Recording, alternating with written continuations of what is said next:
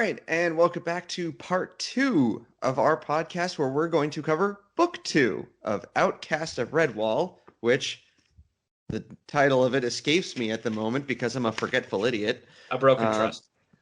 A broken trust. All right.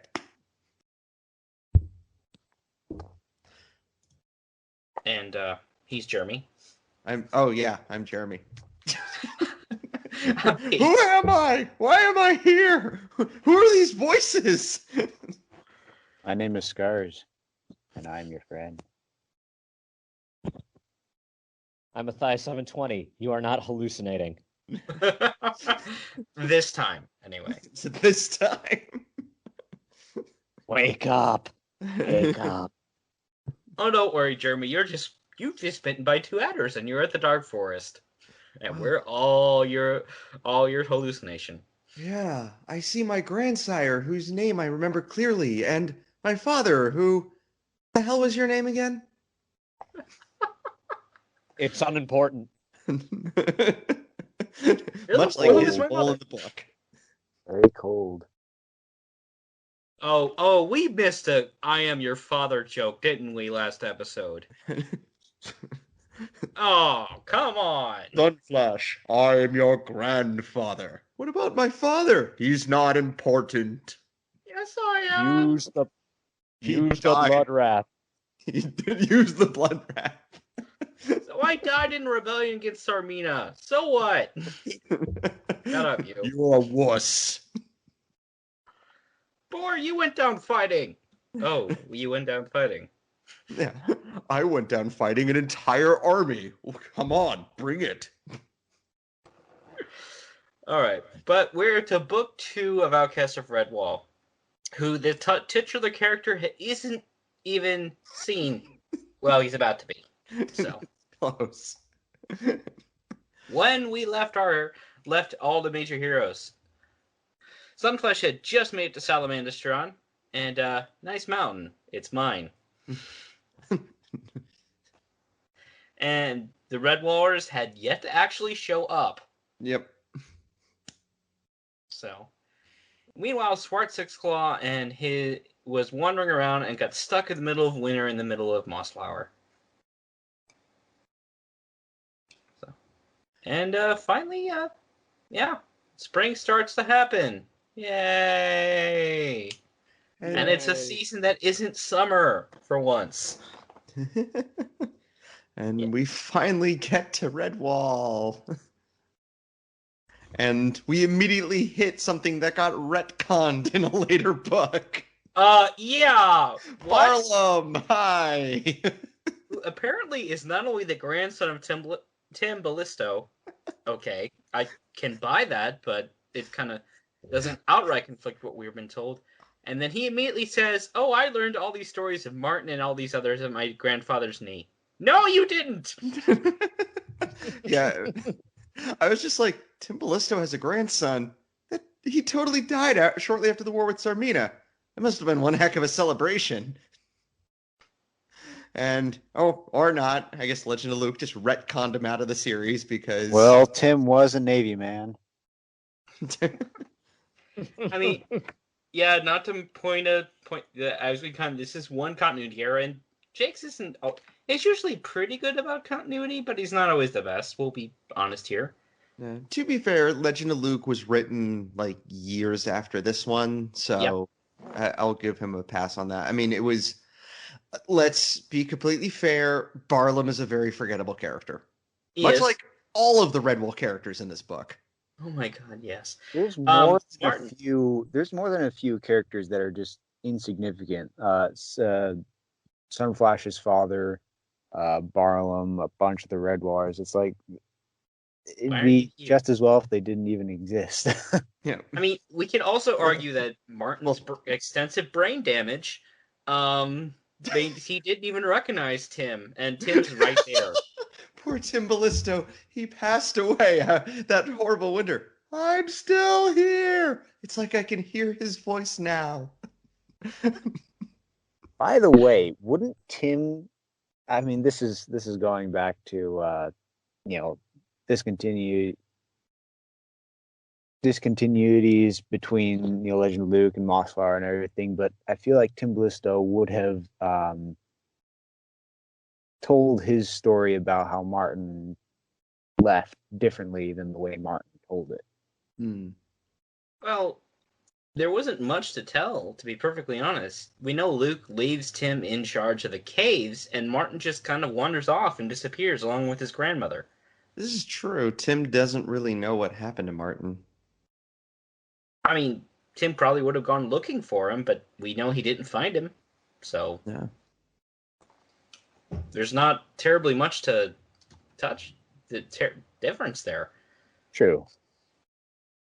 I'm guessing Martin probably caught him up on the details of everything that happened, and well, I'm certain he rose to the occasion on all his background elements. Yeah. I mean, this is all a very, very minor point. It, as we said, but it just kind of stuck out to all of us. Like, Tim has a grandson. Well, it's not impossible, but there were certain questions. Go figure. We also have the great-granddaughter of Goff and Columbine. More on her later. Because she's special. I hate to say it, but this book is primarily more about Sunflash than anybody else. Yeah. Yeah. Yeah. And then so we wait. The story wakes up, and we find out pretty much where everybody is. Sunflash is in his mountain, and we'll get to him because his settling in actually leads to a lot of comedy and a little sadness. So, yeah. But Swartt he's having a bad winter. We're basically told he gets trapped in, I guess, northern Mossflower, and he and his horde some of them outright starve to death or freeze, and most of them can't either mutiny or desert because there is literally nowhere to go. This is like one of the worst winters the forest has ever seen, we're told. I think this is like one of the first times that we see one of these traveling vermin groups actually get affected by stuff like this. Like, obviously, Sarmina's crew was horribly affected by the winter because, well, they sucked at saving food. But like with Clooney and from what we've seen and other characters, we don't get to see them have to deal with the elements like this. Yeah. Moreover, we finally get the stork shows up for Swartt and Bluefin. Yeah. I just like, you know what? I don't want to question the details of that. Then don't. I mean, it's obviously egg hatched right from the hive. Yeah, of course. Yeah. But we're told that after their son is born, Bluefin pretty much just kills Bluefin. And she's lost the will to live. Oh God.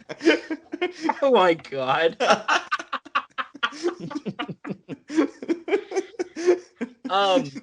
You've got like Nightshade going like, she has lost the will to live, Swartt, and he's like, who? And you're like, yeah, exactly. I know that's I have to borrow from Katie here because she's not here today, unfortunately, but she definitely wanted to comment on this. That you can tell Jakes doesn't even care about this character because he's using childbirth to kill her off. And it's almost trivial. We're talking medieval science, medical science. Childbirth, even today, childbirth is still kind of dangerous for women. And we could go back and forth on the whole biology of anthropomorphic animals, much as feral, real-world ones. But no, this is just kind of like, oh, I had a kid, her, blah. She's literally given like a 2-sentence write-out, and bye. And I brought this up last time, and yes, I'm on my soapbox about this, but when Martin's mother, Sanya, has more character, And she's literally there to give birth to Martin, say a few lines, and die to cause Luke's roaring rampage of revenge. Yeah, this is still kind of a waste. Let's be fair. Martin is a vastly more important character than Swartt Sixclaw or his son. I mean, Martin was in what? Oh, in like alive in like 4 books at least. Yeah. So, or 3 or however many it was. But yeah, I mean, I don't know if that's the best comparison, is it's like it's the mother of this legendary hero of Redwall compared to ferret daughter of big fat warlord. Yeah, I'm aware. I mean, yeah, Blueflinch is taken out of the picture because you can't have Vale being brought by someone else for this whole plot, which, okay, I get, fine. But speaking of which, Swartt, we're outright told he doesn't really care he has a son. Okay? Literally, the kid is given to an old rat to take care, for her to take care of the kid, and Swartt doesn't really care. He just doesn't even notice. And compared to other Vermin commanders we will see, that's saying something. I mean, yeah, Farrago and Klitsch are kind of looking for the opportunity to don't really exactly have the best relationship, but they do travel together. Yeah, Klitsch is at least an adolescent by that point. The Moral Foxes may be dysfunctional and like to murder each other with poison or stab or throw them over the side for eels, but they're a family. Their own code says if you kill a Moral Fox, we're going to wage war on you. Mm-hmm. You have the Vermin power couple and Bellmaker, who are more likely to get into a fight than actually, have a healthy marriage. But, hell, we even had the mated pair of Flitch-Eye, who all got genocided in the last book. Oh, yeah, I forgot about them. See? But Swartt doesn't even care that, he doesn't care his wife is dead, fine. It was a political marriage. Fine, we can give it that. But he doesn't even care about his own son. Oop, what? Oh, okay. And it does fit into his character of not caring about anybody or anything except for getting revenge on Sunflash. Like, he's not going to conquer Salamandastron like oh my god, I forgot his name. The Wildcat. What was his name? Ungatron. He's not like Ungatron. He's not going to Salamandastron to conquer it and take it over. Or like Farrago, who wants to take it apart so he can get whatever treasure is in there. He's just like, I want to go there and kill Sunflash, and whatever anybody does afterwards, I don't care. Like, I don't really see what his plan after that would have been. So him not caring about his son, which, I mean, the son's lucky that they didn't just leave him in the snow to rot. Yeah, I guess so. I mean, Matthias or Scars, do you guys have any comments on this? Well, I think it does fit into his character that he just wouldn't care, but other than that, I'm more interested. I don't even know where I'm going with this. In the kid himself. So I was just looking back over something. I was thinking about Vale, really, Swartt's son, and a different thought with that, which I'd like to bring up a little bit later. But yeah. Okay. From my perspective, one of Swartt's biggest assets and liabilities is he's so stubborn. It's like he puts all his energy into revenge because his reputation got damaged. The thing that made him unique and special. He perpetually wants to, almost like a Lex Luthor sort of thing, be like, everyone look at me because I'm great and awesome. And then someone comes along and one-ups him and he's like, no, I can't have that. You need to be less special than I am. I mean, if we look at the harsh winter they go through, it's explicitly said that he seems to be fueled entirely by his revenge for sustenance. That's where he's getting his strength from, is his need for revenge. So it's like that takes a lot of will. We have a very willful, arrogant, stubborn character that's leading this band of ruthless killers. So you need to have kind of a strong personality to begin with, but this just takes it to a whole nother level. Yeah. Huh. When you think of, I mean, if you actually go back and look over literature or any kind of media for these kind of like revenge-obsessed characters who literally live on it, I mean, you've got the big stereotypes, Captain Ahab, for example. Or Jeremy and I's probably favorite, Khan Noonien Singh. Mm-hmm. So, but at the same time, Swartt isn't exactly elegant about his whole revenge approach. He just wants to kill the badger. Most of at least most of the media I like, the revenge plots are a little bit more elegant, I guess. Substantial. Yeah, definitely that.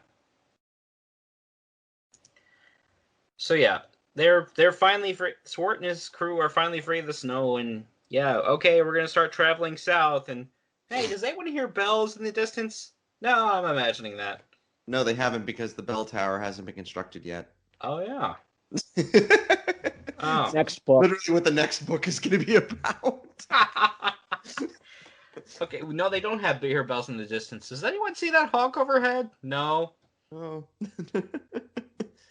And oh yeah, Scarlath with his extremely detailed and message to Redwall. Hey, some bad guys are coming. You should probably do something about that. Bye. That's it. It's like literally, they're like, what can we do? And he's like, I don't know. I'm gonna go tell Sunflash. Sucks to be you. Bye. I mean, they do feed him. Barely. No. Did they? Yeah, they do. They give him food, but he says no. He's like, sorry, I gotta go warn Sunflash. I have to go now. My badger needs me. Yes. And yeah. So the Redwall, and compared to Mortimer, who may have been a jerk, but he was actually smart enough to tell the Abbey dwellers that, hey, we should probably prepare for the worst here. That just leaves our new abbess marrying him. We're told she's middle-aged, and apparently she can glide everywhere. So literally, she's just wearing like rollers. I'm always imagining her like on this little RC car, just being driven around everywhere. Heelys. Actually, what I got in my mind, there's a really... it was kind of the weakest of the Mel Brooks movies, but in Dracula Dead and Loving It, the brides of Dracula literally glide into the room while this otherworldly choir just sings an overall note till Dracula tells them to cut it out, and they just walk away. That's literally what was going through my head. Another thing I'm imagining is evil Emperor Zurg and the way he moves around. I'm serious. I don't know. I just picture Miriam with like the Jetsons. I just picture Miriam with like the Jetsons hover technology. She sees gliding around.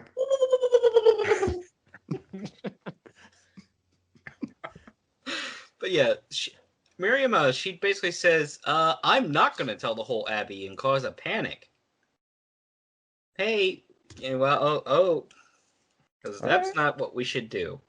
No, I'm going to say, and I'm not. I mean, it doesn't really come back to bite her, but I'm not sure I agree with that. Well, considering the whole directive of this is make it so Swartt never gets near the Abbey.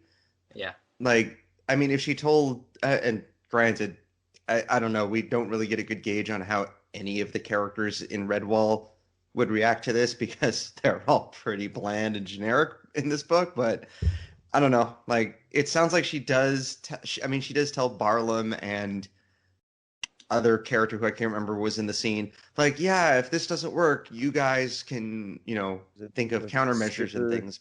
Skipper Joe. Yes. Well, Skipper Joe goes out to help, right?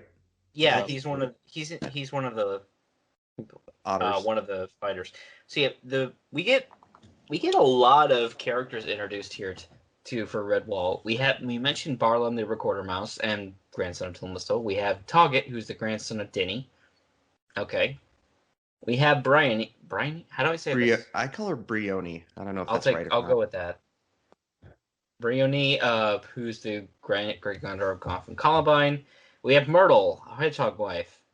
Friar Bunfold, who's an Abbey chef. Heartwood, two otter twins. And a partridge in a pear tree. Well, I was going to say a squirrel hare. What? And a kestrel in a pear tree. Oh, yeah. We have a squirrel hare. What? Yeah, I like Jod.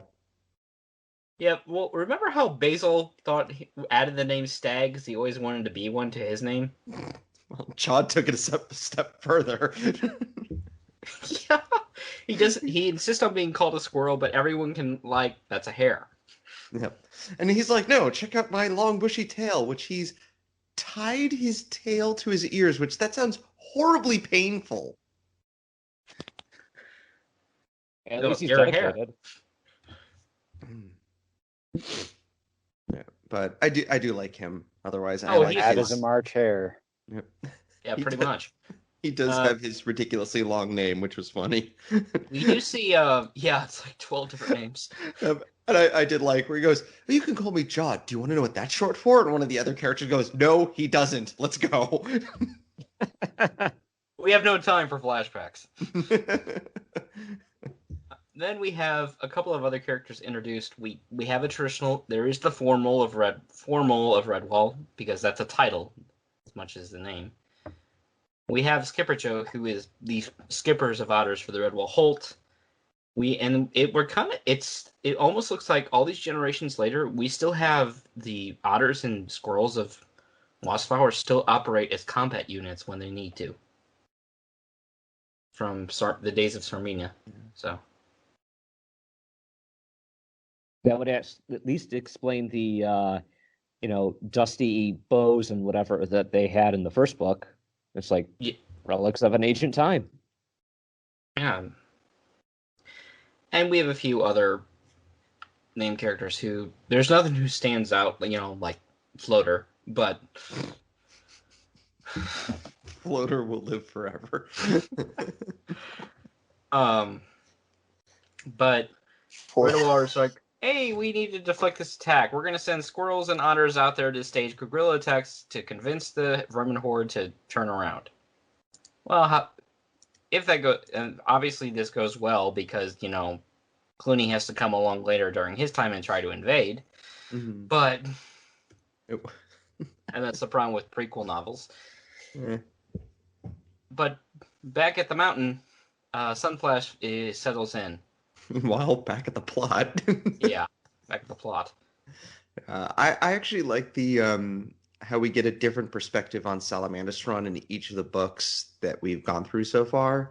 Mm-hmm. Whereas in Lord Brocktree, it's it's been around, but it hasn't been completely set up yet with the way we will get to know it later on.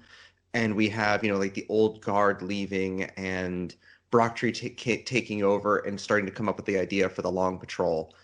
And then in Mossflower, it's mostly legends around it, and it's very few people that actually keep that legend alive. Where in this one, it's essentially become like a city at this point, and it's fully manned with hares. Unlike in Mossflower, where there were like 6 of them. Or the eponymous book, Salamandastron to Come, that we're going to cover, there's only about 40.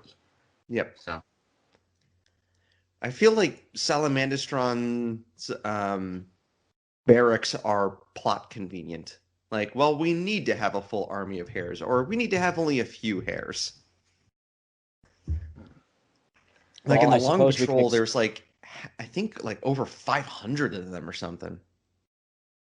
Yeah, and by the time Rossino shows back up at the end of Tagarong, he's over 1,000 hares with him.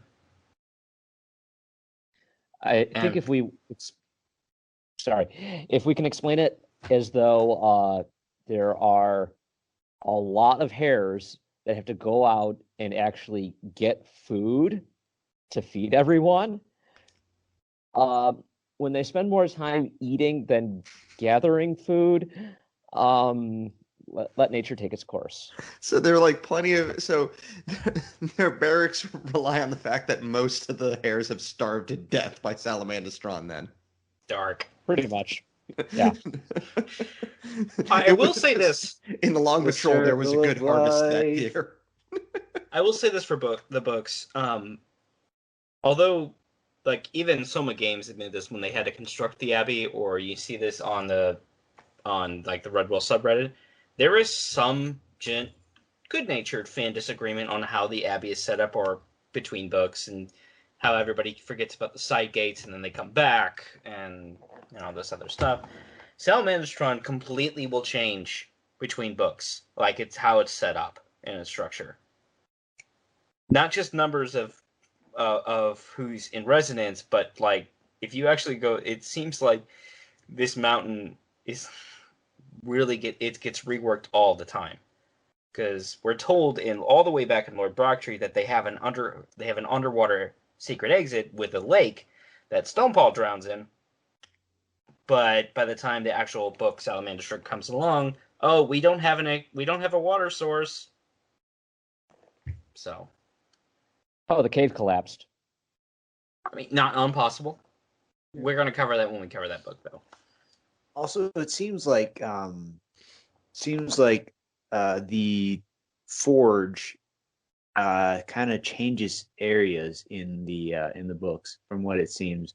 I think it was in this book that the only way to get to the upper levels was through the forge, and in other books, like you could go on the top of the mountain, and there was a whole battle up there. I think that was Salamandastron, the book. It just seems like, yeah, it does definitely change. It's like the walls are moving. Well, how many drugs they take there? I'm pretty sure the walls move a lot. Oh my gosh! The Bachelor is just moving around the walls.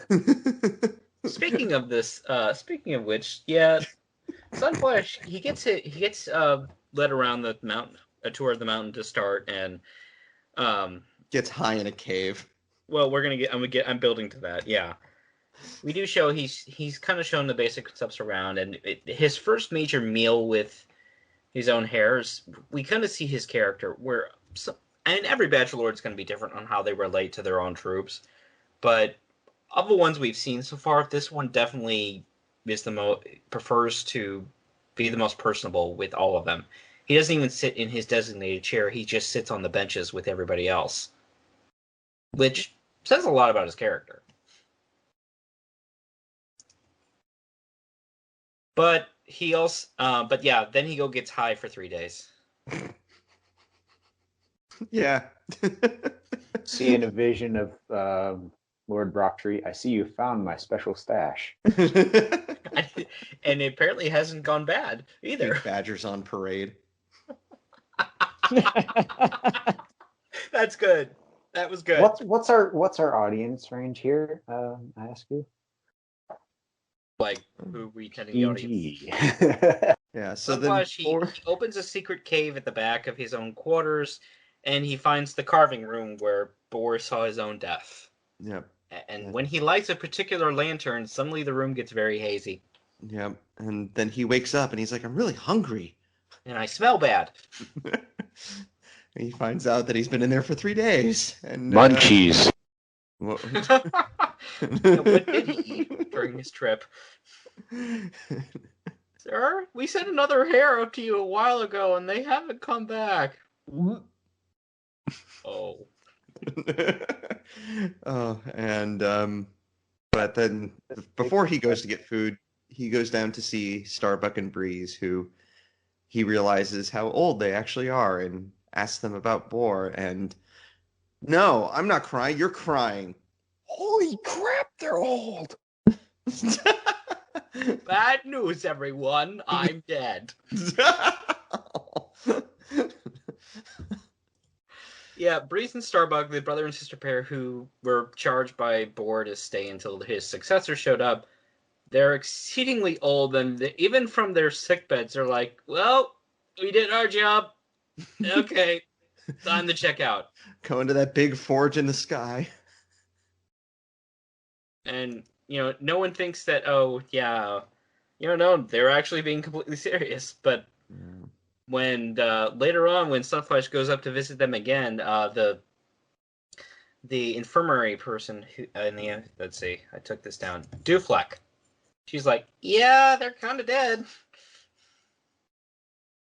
Oh, that happened. Meanwhile, Sunflash goes back down and says, okay, well, let's, he starts changing out the staff. Yep. And he's like, you're not a very good cook, and you're a grump. I'm going to give it to this nice young hare who likes to make things that is friendly. Oh, you like to make booze? Cool. That cook was grumpy. What if he's like bossing Sunflash around? It's like, you're fired. Yeah. I love it too, because he goes like, you don't really want to be a cook, do you? No, but someone's got to do it. Like, why didn't you get someone else to do it? It's my job. This kitchen is my domain. You're fired. Oh. I'm sad now. Go down to the cellars. Go brew beer. You'll be fine. Okay. And yeah, we're told outright that word gets around that he actually, A, will listen to hares and give them the jobs they want to do, and B, and the fact that he's actually in his own kitchens making food, again, it kind of speaks to his character that he's willing to do the grunt work himself. Yeah. Yes, I can see about 500 hares wanting to be food testers.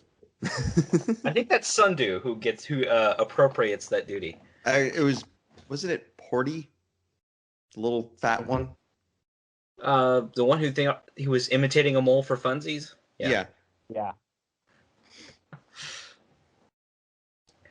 Yeah, I mean, so this is Sunflash basically sets up, and he's obviously kind of happy to be at the mountain. And when a new boss comes in to a job, you always wonder how they're going to shake out, but I think the hares are kind of happy. Yeah. Mm-hmm. And they've gone, obviously, a long time without a Badger Lord. Yeah, that's what I was going to say. Because one of the things Sunflash finds in that secret drug chamber is, oh, hi, great-grandfather, you're still here. I'm watching you. Boar didn't just leave his dad in the full armor, his corpse there. It's still there. Well, I mean, it was there at the end of Mossflower, and nobody knew this room existed, so... Yeah. Okay. Please just bury him. Like, please. Either that or, like, all the other Badger Lords, like, walk in there and go, oh, God! Oh, this is gonna scare the heck out of my successor. Just like an ongoing practical joke. Yes. It's like he sits down so he can die. He's like, I wish I could see their face. No. He's dying to see their faces. Oh, that was good. Yep. That was good. Yep. And now it goes back to Swartt. Redwall. Well, not even Redwall. Swartt. He's leading his troops through the forest, and he probably incurs the wrath of Vermin HR because he wounds one of his own officers. True. He then and he's like, now that I've wounded your footpaw, you're gonna march in front of everyone. And by the end of it, he's just like, ow.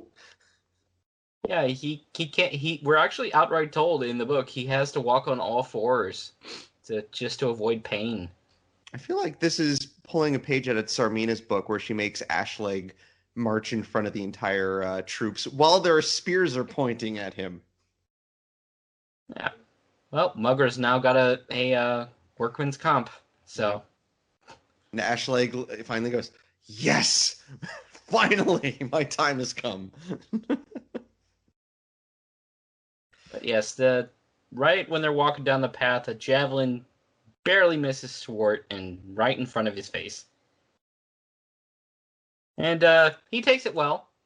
Yep, and so they get attacked, and he pulls a badrang because he sends like a bunch of his troops out, and they go looking, and then they start seeing rustling bushes. And he goes, "Quick, fire!" And they all shoot, and then his troops stumble out covered in arrows.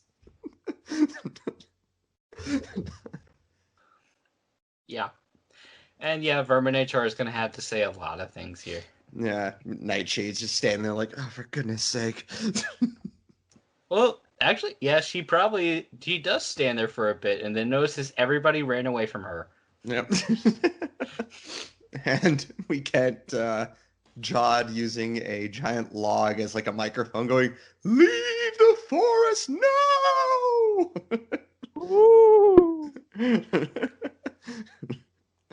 And Swartt's like, "I don't have to take this, right? Like, what do you guys want to do?" And all his captors like, "We should just get out of here. It's not worth it." He's like, "All right, you're all cowards." And he's saying, "Oh, thank God they said we can leave."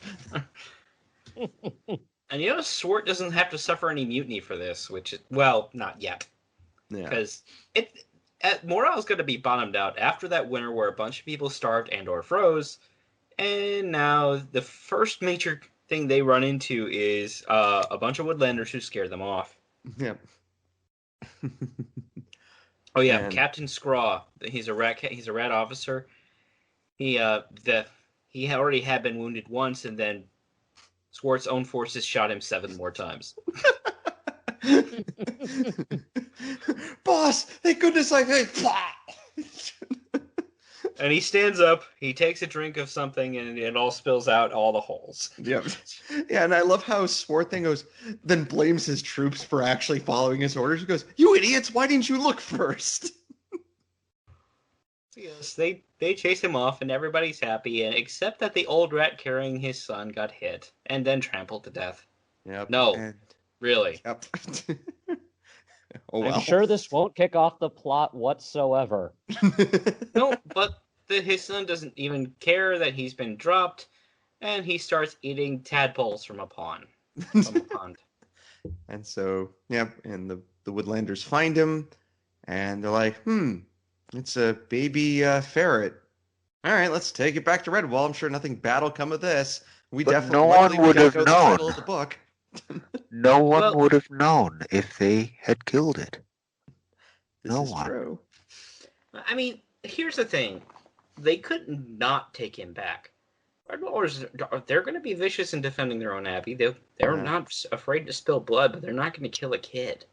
I think that's why this happens by Redwall and not Salamandastron. Because, if this was like Earthstripe from Salamandastron, it'd be like, you are not bringing that thing in here. Yeah. What? Well, let's actually play that game. What would have Sunflash done had, not realizing it's Swart's son, had he been in the same position to find an abandoned ferret babe? Probably find some relatively harmless nomad couple of vermin and say, "Here, this is your problem now. If you don't take care of it, you're dead." Yeah, and that would have been an equally good solution, honestly. Yeah. But they take it back to the Abbey, and outright said one of the otters carrying him is like, yeah, this one's bad. I can feel it in my bones. But we're taking him back, right? Yeah. This half-starved infant bit me. He's definitely evil. This will go well. Yeah, I see the character's welcoming him with open arms. He bit my arms.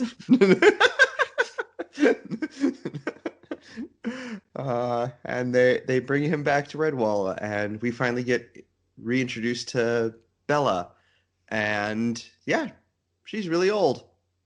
And I'm still here. Yep. And Abbess Miriam brings Brioni and goes, "Here, we have this little baby," and Brioni immediately falls in love with him and wants to. He's like, "I will love him and squeeze him and call him George."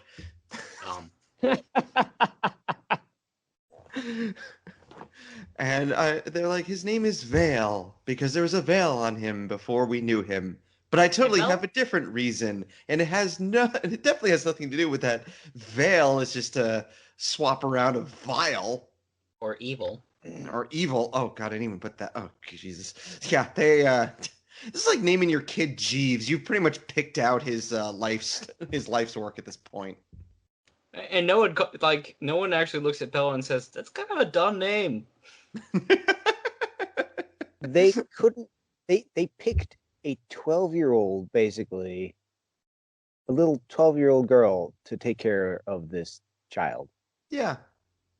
And she even outright says, "Well, I'm totally going to be his mom. No, I don't want to be a mom. I'll be his sister. No, I'll just be his friend." I just thought, what is this, the Redwall version of Teen Mom? No. They couldn't have picked anyone who had kids before. They couldn't have picked anyone who's older and more experienced. No, they had to pick a kid. Yeah. To watch a kid. They pick Myrtle the Hogwife? Isn't she supposed to be, normal, well, at least older than Brione is? I would understand. Yeah, I actually never thought about that. I would understand if they don't want anyone who has young children just in case. Mm-hmm. But it's like, what the heck? They're supposed to be old and wise. They're supposed to be. It blows my mind. Well, hell, Bella's raised a son badly. Raised a son. He disappeared when he was an infant. Well, yeah, she did a great job. She's done more for him in his dreams than she did in actual physical contact. Sort of. We don't know when Sunflash left because remember bad memory and well. Yeah. But yeah. I think this just continues. Nobody in a lot of characters in this franchise are terrible parents. When their parents are even around. How many orphans have we had? Oh my god. Yeah. And... Speaking of which, Vale is practically an orphan himself. Dad doesn't care. His mom is dead. Yeah. But that just leaves me into... And then the series literally time skips. Just within the space of a chapter. There were a lot of time skips in this book. Yeah. Chapter 25's artwork, besides going more for anthro than feral and how anthropomorphic are they, is really, really freaking weird. I mean, I had to do a double take the first time I saw it as a kid. And this was my favorite illustrator. No. Basically, what it shows, it's this, I guess, an otter? Or, I'm not sure what it is. It's supposed to be a ferret because it's the Captain Zigu and his boatswain. Mm-hmm. Oh, wow. You see the rapier by his side? I always thought it was supposed to be like the same creature before and after the time skip. Like just bent over. No, it's him and his buddy. They do look like an elderly couple. But, don't they? Yeah. No, I'm not saying the picture is a good representation. It's I looked at it and I couldn't figure out what it was. And then when I started reading the chapter, I was like, oh, that's who this is. It's Zigu and what's his buddy's name? He's Taggart from Blazing Saddles, basically. It's about the same relationship. You've got Zigu, who's this lovely, well-spoken, evil genius, and then you've got his minion. So, Welk Nose. Oh god. Welk Nose. He's now I want him to be let's cut him off at the pass. I hate put that a cliche. Welk on his nose and use that as his name. Oh god. Sir, can you say that again? You came in really quiet. I was just muttering how he got named because he ended up having a whelk on his nose, and they just oh hey, there's his name, Welk Nose. Well, we already discussed how Sanker got his name, so you know. Welk Nose. Yeah. Yeah, let's throw him in the water and see what happens. Does he float or does he sink? Floater. Well, one brother did one thing and the other brother did another, so. Yeah, I mean, as much as we picked on Vale's name, out of all the different vermin in these books, he probably has one of the more normal ones. Yeah. I mean, what kind of name is Zigu anyway? I mean, he's one of my favorite villains, but Zigu? Really? All right. Well, let's talk about how we get to this point. So, yeah, enough time goes by. We're going to see Redwall and Salamandastron in a bit. That for Vale to at least grow up somewhat. Teenager, we'll call him. But basically, Swartt, after he left Mossflower Forest, decided they kind of wandered around a bit, and they were often and lost and frequently sidetracked by dissent and mutiny. Yeah, I wonder why. But kill the badger. Kill the badger. Are we still trying to kill the damn badger? Her? You stabbed me, boss. But apparently Swart's been his infamy has grown. He actually went into marsh country and waged a war against a bunch of toads and reptiles, winning no less. Yep. I question why he did that, but I don't know. He was like, well, we already ran from the last group that attacked us. Probably going to look like a wuss if I run from this one. All right. Gotta take out his aggression somehow. Yeah. And I don't know where the badger is, so... That one lizard has a yellow stripe on its head. It must die. So yeah, we're eventually told he does replenish some of his army, which from a Captain Zigu and his corsairs. They're the masters of the sea, except they're not exactly on the sea. Their ship is, well, gone. Yep. And he's making his way to Salamandastron finally. And apparently Zigu is the one directing him, and Nightshade's like, Zigu's probably going to try to kill you. And Swart's like, well, of course he is. We'll just send him out first, and if he lives, well, he'll drink from my awesome poison cup that did not fool the last guy that Zigu was probably smarter than, so I bet it'll fool him. And we also have Nightshade, who likes to... She's still doing her seer thing, and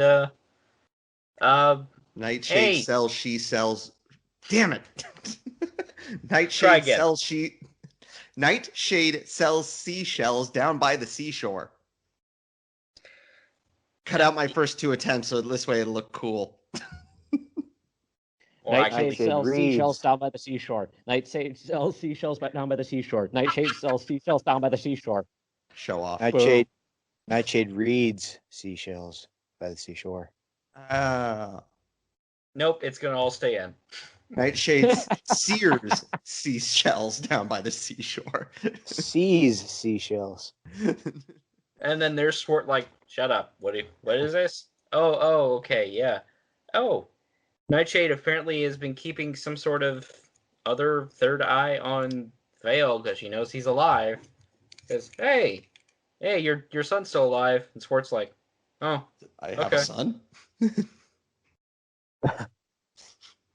One thing I would like to mention, it does show that they don't really have any more wives and children. At least, no, it doesn't seem like it. What happened to them? I'm guessing that from the time that passed, a bunch of the children grew up, and Swartt just didn't allow any of them to reproduce. And he killed a stork. They stopped delivering when you killed one. The weak ones died in the winter or something. It just seems like went into hibernation. He described it as they are all now killers. I believe Scarlath reported back to Sunflash. But yeah,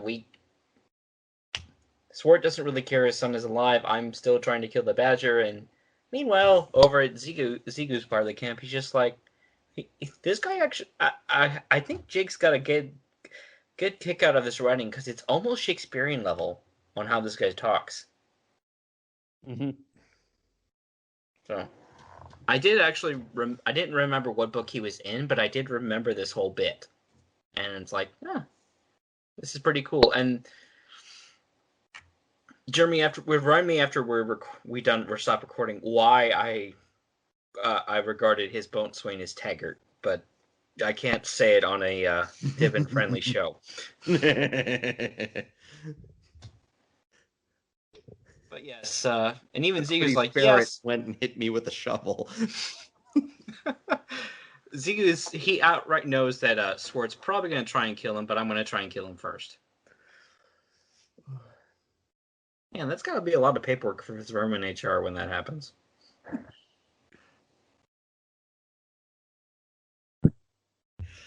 So, it's category 5. Category 5, follower, kill leader. Put in that cabinet. Yeah. And Scarlath arrives at Salamandastron and goes, "Yep, there's bad stuff coming your way. Man, this is a nice farm here. I bet Swartt's going to burn it to the ground." Yep, and when we finally meet Sunflash again, we find that the last couple of seasons he really hasn't been at war. He's just been enjoying his time, and they've really built Salamandastron, has its own fields and whatnot, and we got to take it all away because there's a vermin army on our way. Yeah. Aww.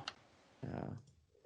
I do like how we get to see this version of Salamandastron preparing for an assault. Like, it feels like a mixture of the more military-like Salamandastron we see later, but also with Redwall, because we see they have to deal with the fact that, we can't have these farms out here. And Sunflash is more on the peaceful side of, like, I understand, like, what we need to do, but it still stinks that all my hard work to cultivate this land is going to waste. Meanwhile, one of his hares thinks he's a mole, or he's just pretending for fun. And Sunflash, we're outright told, he laughs at this and he says, "When you get tired of being mole, I'll teach you to become a gull and we'll see how well you fly." And as a nice stark contrast to this Salamandastron prepping for war, and by the way, this is the last time we see Salamandastron in the rest of this part of the book, we cut to the exciting adventures of looking for a honeypot at Redwall. I do want to talk, brief, before we get to that. Yeah, it is actually kind of cool for me to see, them start garrisoning up, even if Sunflash kind of regrets that they have to tear up all the nice stuff he's built. So, but while he also tells his hawk buddy, "Hey, you remember that talisman I have from the old squirrel? Go get us some help, because apparently Swartt's horde is pretty damn big, and you're going to need help." So yes, now we go back to the honeypot. Yeah, and we get our very first introduction to slightly more grown-up Vale. And we get to see how much the Redwallers love him by the friar grabbing him by the ear and twisting it. Gee, I wonder why he doesn't like living there. Yeah. I would have liked to see how they actually treated him as he was growing up, rather than immediately them going to, "Well, let's see, something's missing. Vale, you probably took it." And they call the vermin to be they don't accept things. Yeah. Well, yeah. And this is why this and Tagarung remains so kind of controversial within the fandom, is that Brian Jakes here, although he didn't really like to violate the species equals alignment, here we have here and Tagarung are the two most biggest examples. And then Matthias, I know you had something you want to say on this. Yeah. We see how everybody in the Abbey, except for one or two characters, instantly assumes that Vale is guilty. And I wanted to point out that for most of his faults, while terrible by Abbey standards, it's likely due to a combination of just Vermin being inherently kind of egotistical and Woodlanders being naturally suspicious.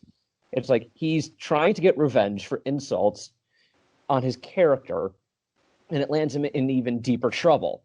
And then the cycle repeats because they punish him for doing something bad, so he does something bad to get back, and blah, blah, blah, blah, blah. Circle of life. And I wonder how much of his discipline is a Dibbin. Can you really call him a Dibbin? But how much of it was predicated on him being a ferret? Because he's not an otter or a mouse or a squirrel or anything. He's a vermin. So they could have been perfectly kind to him as a child, but we don't know. We're not shown that. So all we see are his actions now and what they say about his actions in the past. Were any of his exploits justified? No. Can we concretely say that he was his own downfall? No. Does it seem likely, though? Yeah. I mean, that's the logical conclusion that you come to.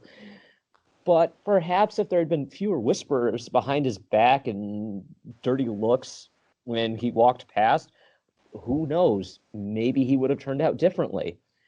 All we do know is he's definitely got the personality to be rebellious and contrary. So if someone tells him that he is bad or that he acted bad, then he may be more likely to continue acting that way to spite them. And I know people like that. I mean, not to this extent, but that's a personality.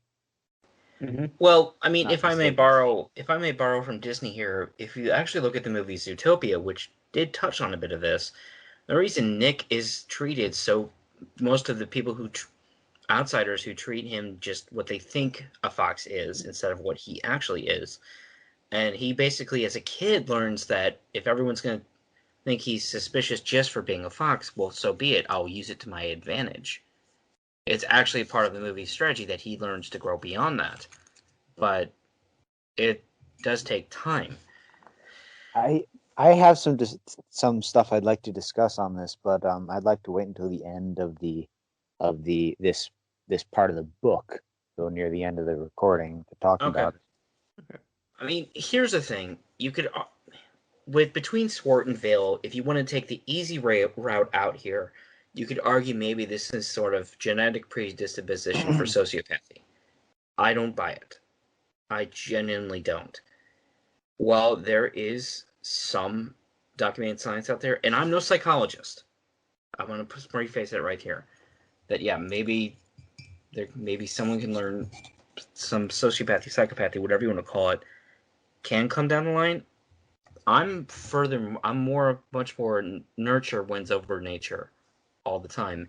And to Matthias' point, we don't know how the Redwallers treated him growing up. We don't know if they did treat him any better or worse for being who he is. And this could be him just assuming the role they're inadvertently picking out for him. Moreover, as we already pointed out, Bryony was not exactly a trained adult when they just, here you go, Happy Mother's Day. Yeah, so this is why I wanted to wait until till we're done with this chapter, because I had a feeling that this would be a pretty long discussion because it has been discussed so much in the fandom. Okay. Yeah. I mean, you can. If you want to wait, we can, or. So. Yeah.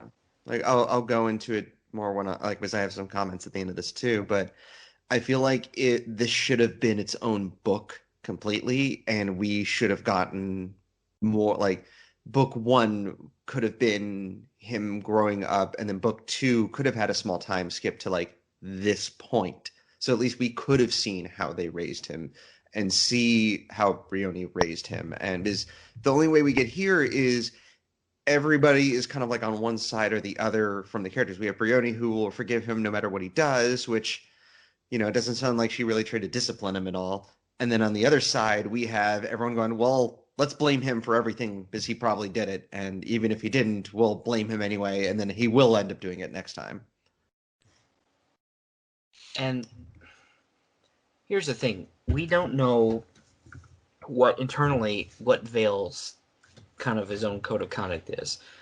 We don't see any moments of self-reflection right here. And that isn't always a big thing in this series, or we don't always hear someone's internal monologue. But it's really hard to say what his actual character is. Yeah. Because we only see everybody else's perception there, and Bridie's frustrations that she feels like she's failing here. I don't know. But short version is, Vale's being accused of stealing a honeypot. He kind of did. It's sentimental to fire Brunfold because his mother gave it to him when he swore his vows as a friar. Because he's a fat friar, and of course he likes stuff with honey in it.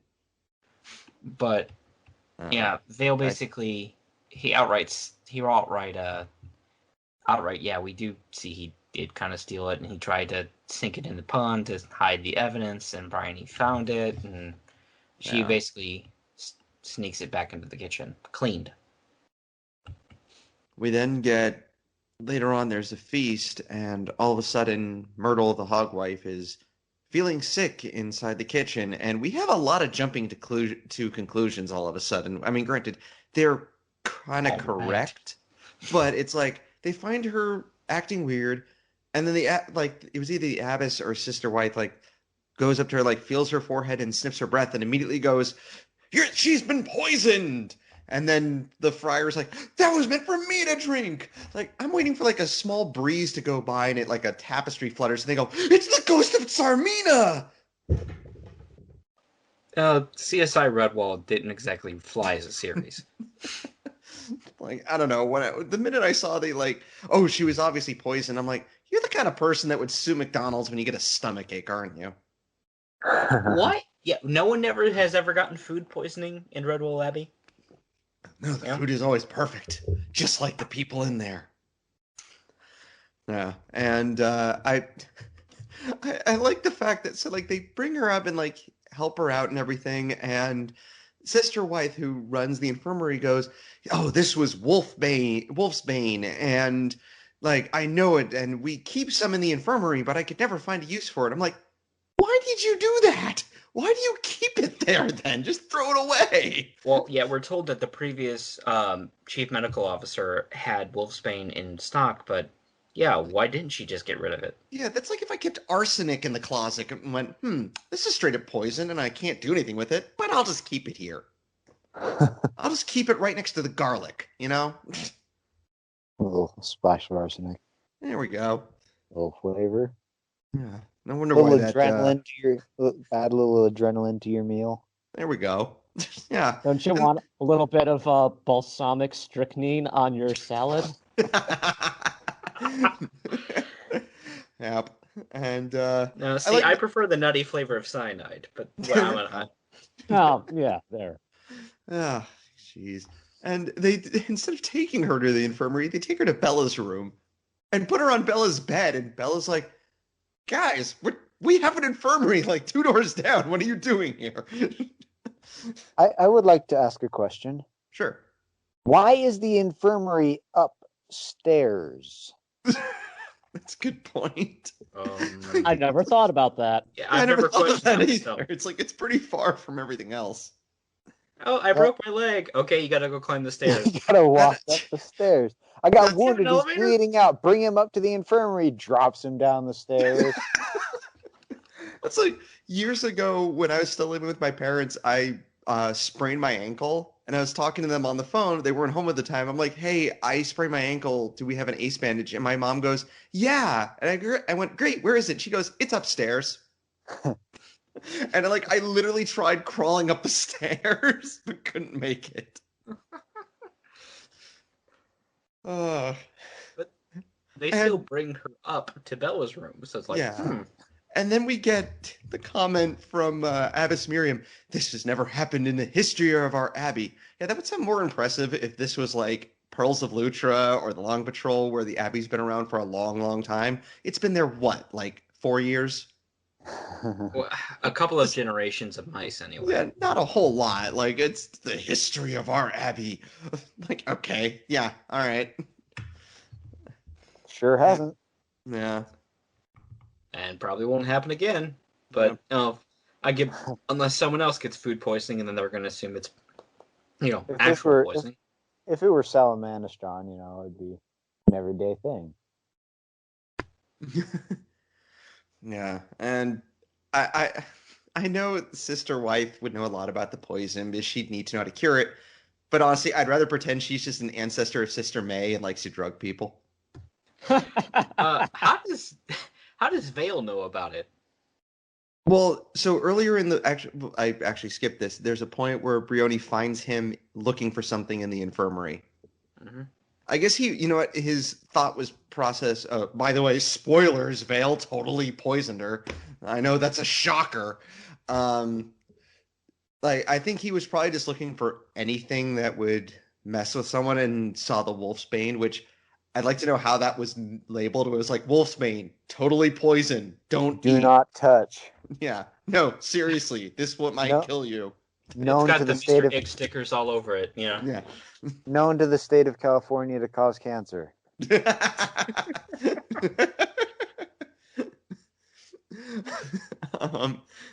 And yeah, so they're like, well, how should we catch this poisoner? And Jod, the squirrel hare, who's suddenly there again, and I think this is the last time we see him until like the next little bit, and then that's it for him for the rest of the book. Thank God. He's like, I've got an idea, and they tell everyone, and be like, so whoever uses wolfsbane will have red paws. They purposely announced, to the whole Abbey at dinner, like, hey, whoever touched wolfsbane without gloves, their paws are totally going to turn red. Yeah. And that's not beetroot juice. Shut up. I keep the special wash in the infirmary that you can use to clean it off, and we're going to leave it out there. And this is totally not a way to trick the person, like trick the one that did this. And if Vale was a little bit smarter, he would have been like, I see what you're doing. He would have been better off just running away than coming back when his paws were not red. Yeah. Yeah. And of course, that would have drawn suspicion to him anyway. But, yeah. True. And that's why you just don't kill people. Yeah. Words of advice, kids: don't kill people. Vale himself actually falls for it. Obviously, he falls for this, and he starts think. The more he looks down at his paws, he's like, "Oh, they're starting to turn red." So this is kind of. I mean, don't get me wrong. This whole thing, we have a poisoner in the Abbey, is kind of chilling in itself. But, this is actually kind of tactically smart, somewhat, by the Red Haulers. Oh, there's one thing I'd like to know, though. He was imagining that his paws were turning red. Would it actually have done that? Yep. I don't know if it ever really did, because Sister Wythe could have just dyed her paws red. Well, I think that's the implication. Yeah. Yeah, because I think afterwards they say, like, oh, his paws were beet stained or whatever juice they used. Beetroot, yeah. The beetroot juice, yeah. Which, so, I even though I already read the book, I mean, there's no real spoilers, but I had a funny moment where I was reading the point where Vale decides to sneak into the infirmary, and in the actual, like, the hard copy of the book, right next to it on the next page is Jod, like, catching him in the act of dipping his paws into the thing, going, oh, that's better clean those guilty paws. And I accidentally read that as I was reading this part and went, oops. I can only imagine if this was the first time I read the book and just saw that and went, well, I guess the rest of the page was worthless. But yeah, my implication here of what I got from it was that, this is just something that they would normally use to dye clothes red, and I guess you can do paws red, and I guess presumably they have some way to wash it out, but Vale never does because his paws stay red for the rest of the time. Yeah. Okay. Just real quick, I'm looking up wolfsbane right now, and it is a definite poisonous plant, and it said it can kill within 6 hours of consumption. Ooh.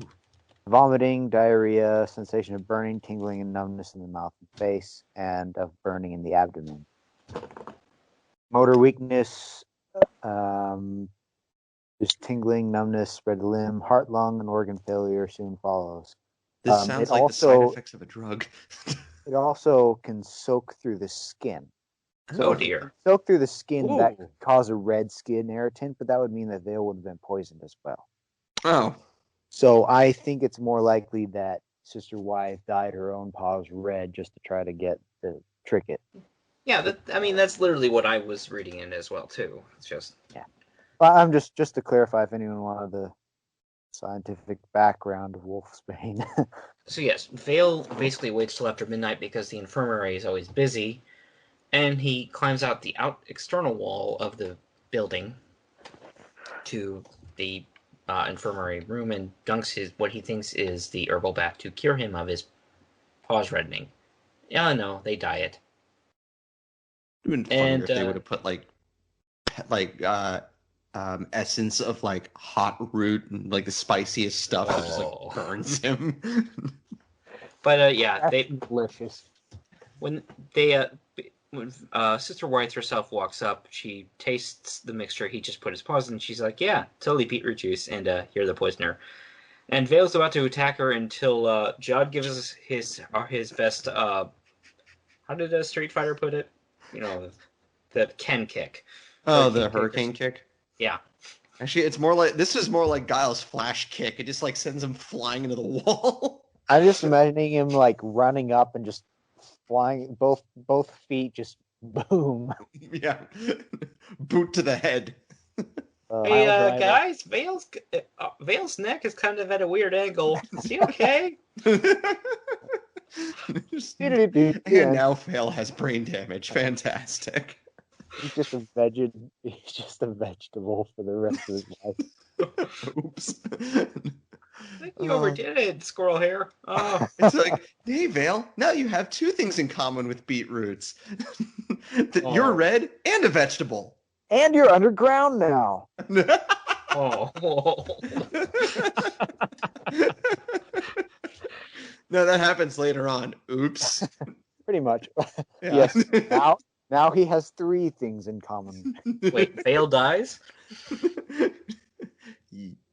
I don't know, does he? Not yet. Yeah. Everybody's going to die in this series at some point, except Mr. Squirrel. He doesn't live forever. Yep. He's going to die. Oh, like I said, the only one who still survives, as far as we know, is Mr. Squirrel, because he's missing. Die. And so they take him away, and Abbess Miriam's like, "Well, we tried our best." I was like, "Okay, if the no, you did. Your best sucks." Oh, and hi, fantastic racism from Bella. Yeah. She wrote down her little. No, I'm referring to what she says. What her father used to say. Oh yeah, when rocks have crumbled to dust, vermin will still be vermin. Oh, species. Yeah, everyone's a little bit specious today. So yeah, badgers actually have more in common with weasels and ferrets than. Yeah. So they kick Vale inside a storeroom for now. We get Brioni, who at this point, I think she's just lost it. She's like, I'm sure Vale didn't mean to do it. I'm sure he didn't mean to go to the infirmary and pick up the wolfsbane and purposely go downstairs and purposefully put it in Friar Bunfold's drink and then sneak away. Totally an accident. After he had yelled at him. Yeah, like there's caring for someone, and then there's just being totally delusional. Yeah. That's a form of psychosis as well. Yeah. All right. And like I know he didn't mean to poison the hedgehog. He meant to poison someone else. And we all hate him at Friar Bunfold anyway, right? Hey. Shut up! You don't get out of here. We then get probably the one really good moment during this is where Bella learns about Sunflash being alive, and that's really sweet. And she's like, I know, I spoke to him in his dreams. And I'm like, wait, what? Hitting that Salamandra strain, how kind of hard there, Bella. Yeah, I think this is the only instance of a living creature speaking to another living creature in their dreams. Like, usually they're just talking to the dead. Yeah, and there's ghostly Martin floating there like, what the hell?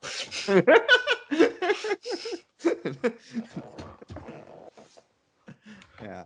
And then we get the moment of them banishing Vale, and Abbess Miriam literally says, like, we showed him the greatest kindness. I'm like, what? No, you didn't. Like, maybe if we had actually seen this, I believe that. But outside of Brioni, you, and Target, I don't think anyone liked him.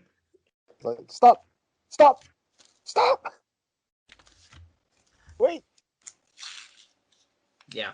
Yeah. And I do feel It's sorry for Brioni to a point. It's like, she really does care about Vale, but, like, yeah, sorry, kid. And then the otters, they're just like, the Skipper Joe even flat out says, like, I knew you were bad the minute we found you in that ditch.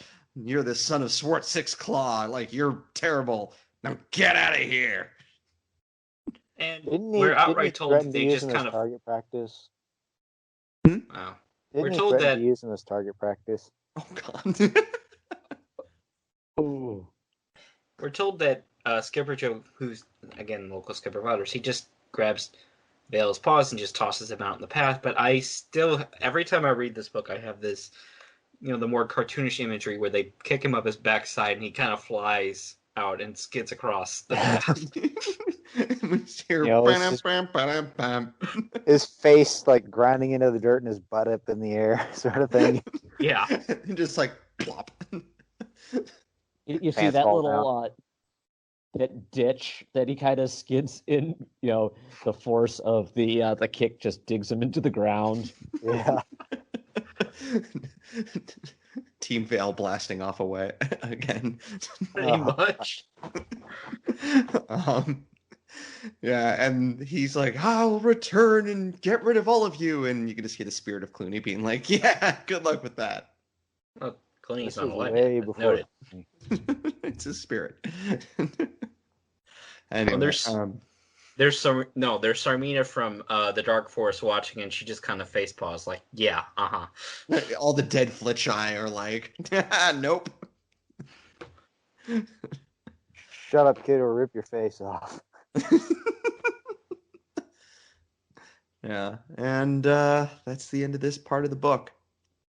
Yeah, that kind of was shorter than I remember, and I thought it was shorter than the first part. It was only 100 pages, roughly. Yeah, the first part was thick. But yeah, that's it. Because literally the third part is basically just has nothing to do with Redwall, almost, and has more to do with the main character of the book, Sunflash. Back to the story that people cared about. Mm-hmm. Honestly, I feel like this whole part with Vale could have been left out of the book. And I've been considering writing an alternate ending where Vale was never found by the Redwallers. He unfortunately died when Swartt was driven off. And he was never found, and he died as a baby. But the story with Vale and Brioni had such little effect on the story that I feel it could have been. It has the potential to be rewritten and have the ending without him even existing. Yeah, and I agree on that. That's a fairly good point. It's like if you took him out, you could literally have it that Bluefen and Vale never existed, and Redwall never shows up, and the book would probably be better for it. Yeah. Do you guys mind if I go into what I was talking about before? Please. Sure. I'll do my rant after you do yours. I had, a discussion on once they're done moving houses there.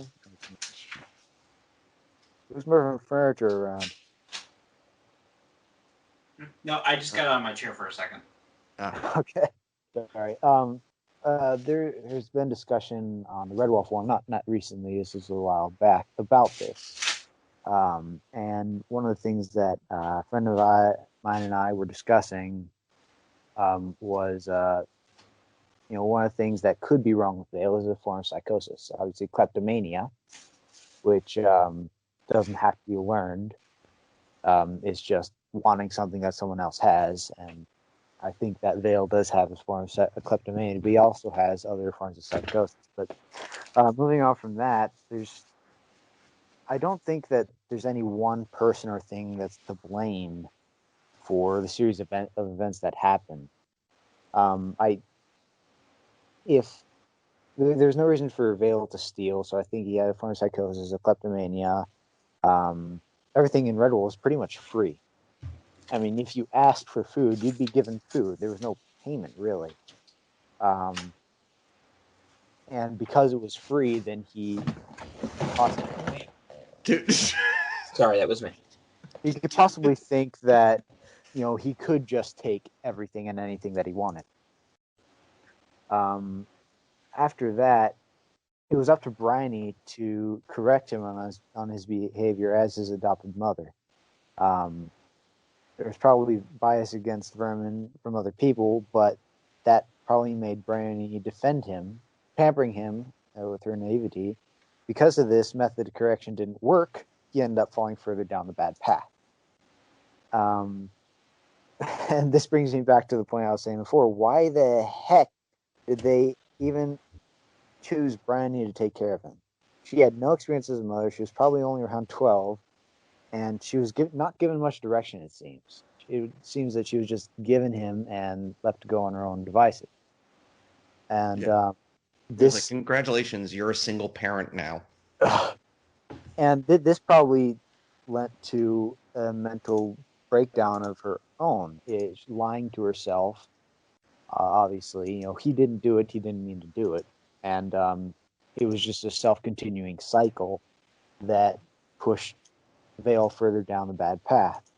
And the environment he was brought up in probably didn't help. He probably had been shown kindness because of the tendency for Redwallers to disgust him, however, and the stories he had heard about other vermin, along with his mental disorder, would make him think that he could never be anything but what he was told vermin were. Also, children can be pretty cruel to other children.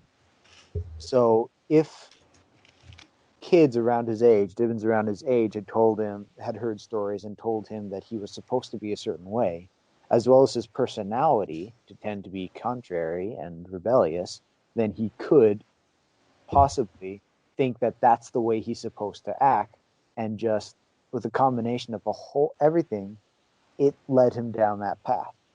And that's all supporting the idea of nature versus nurture, and him being nurtured and not naturally being that way. I believe he had a certain personality, and I believe that that personality lent to him turning out the way he did, but I don't think he was naturally bad, and just everything combined couldn't have made it end up any other way. That's it. Fair enough. Yeah, no, that makes sense. I mean, that kind of does lead into my idea of, I think the Sunflash story and this Outcast story should have just been two entirely separate books. Like, I think this was a good idea and should have gotten more focus, but because we focused on Sunflash for the entire first third of the book, and same with Swartt, I'm more interested to see what happens with that, because this one does feel like an afterthought, and like Scars, like you said, like you could take Vale out of the book. Instead, with this part of the book, we just get a juggling act of the Redwall plot, the Sunflash plot, and the Swartt plot, and then like all three are worse off for it. And it doesn't help that the Redwall characters are thin. Like, the Friar character is pretty generic. The Abbess Miriam is pretty bland. She is literally a Mary Sue. Yeah, and I want to like Bryony, but she's just not that strong of a character. Like, I get that she cares about Vale, but there's not a whole lot to it. And honestly, I kind of feel like Tansy in Pearls of Lutra and Long Patrol was I can do this better version of her. Tansy, I like Tansy a heck of a lot more.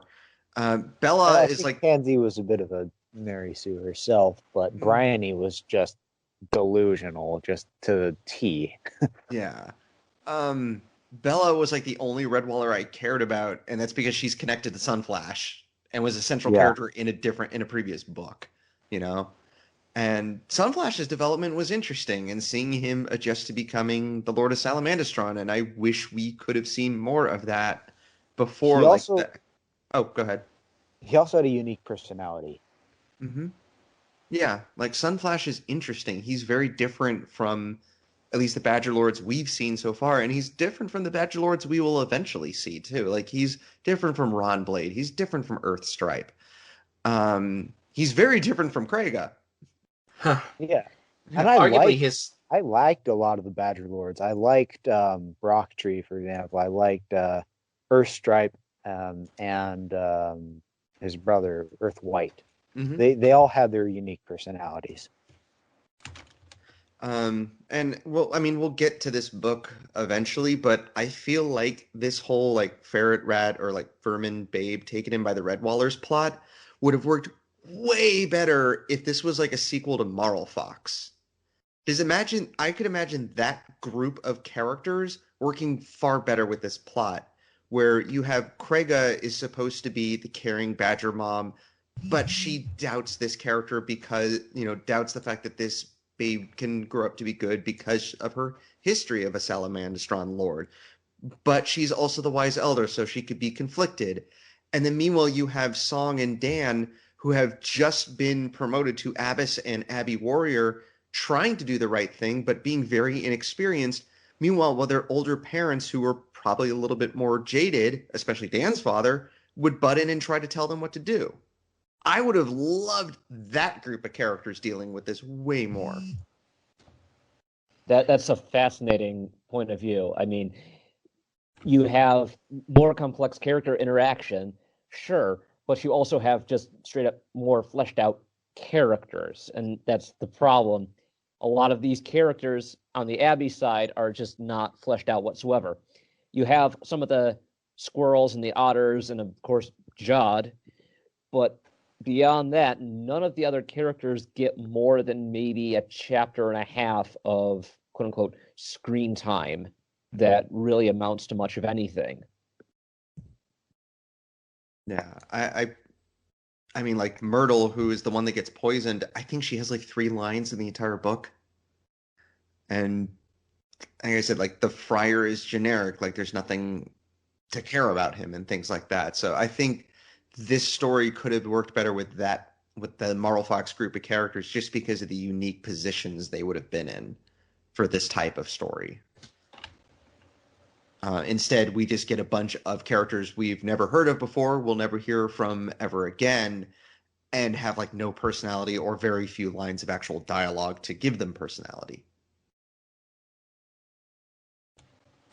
I mean, we can go back and forth a lot about Vale and what's actually going through his head, but we just simply don't know, because the series doesn't do a lot to actually show us inner dialogues very often, at least in this book. Yeah, and also to my point of this should have been its own book, which is apparently what this book was supposed to be in the first place, apparently, but it's called The Outcast of Redwall. And also, I probably would have gone with a different title so you didn't give away what happens. Here's the thing, though. We're not going to get to Taggerung for quite a while, but arguably we'll touch on it when we get to that there. But arguably, that book has the same problem.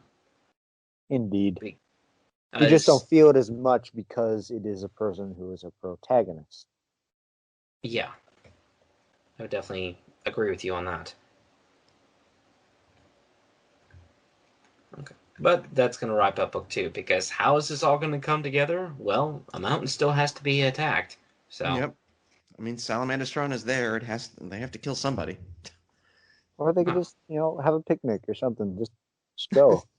Well, you remember that Brocktree and Ungatron had that diplomatic solution where they hugged it out, right? Brocktree want hug. Stop hugging. Stop hugging. I am very large. Oh, I am very large. One. I am very large. Sometimes it's sad though, because when I hug, it hurts. And I mean, I'm certainly Craig is known for her diplomacy, right? Kill it. Red eye diplomacy. Yeah. Oh, it's a monster. Kill it. It's not a monster. It's a baby ferret. Oh, it's a baby ferret. Kill it. I mean, we're told in this book, Bella outright says, "Well, Badger Lords are never satisfied till war hits them." No, Sunflash would have been totally fine if war had never had him. Yeah. He was going to cultivate the world. I imagine pumpkins to the west. Corn, hippie Badger Lord. No, that would be Russino. Look at these. Look at the plains, the fertile plains. All that wheat we could make.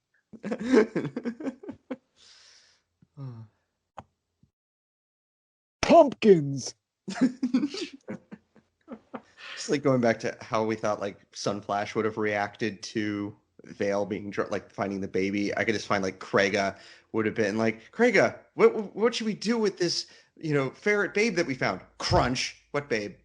I was actually just thinking that same thought. I am not joking. Your people disturb me. Yeah, I'm not gonna endorse that. I'm sorry. And that's getting cut out. We'll see. Depends on how funny I think it is. All right. Well, should I run down where people can find us online? Yeah, that'd be a good idea. Before we do, I just want to put in one last little bit of trivia. Sure. At the end of chapter 29, they make reference to the cellar beast, Brawl Hog Morton. He has no lines. It's like, I read this and it was like, I don't recognize this name. That never happens. Why do I not know this name? Could it be that the character is so bland, he just simply has no dialogue whatsoever? Just one mention of his name. Brawl Hog Morton. That's not a bad name. Should have saved it. Just archive Yeah. it. That's what I do. I'm like, oh, that's a good name. Let me save that real quick. Anyway, hear me. Yes. Where can they find us? All right. You can find us at recorderonthewall.com. We are on iTunes and Google Play Podcast. We are featured somewhere on the official Redwall forums. We are also on the Eulalia subreddit. And if you would like to check us out, we have a Twitter account at ROTWpod, and we also have an email address, rotwpod@gmail.com. Very good. All right, folks, that'll wrap us up for this episode. Thank you all for coming on. I'm Pete. I'm Jeremy. I'm Scars. I'm Matthias.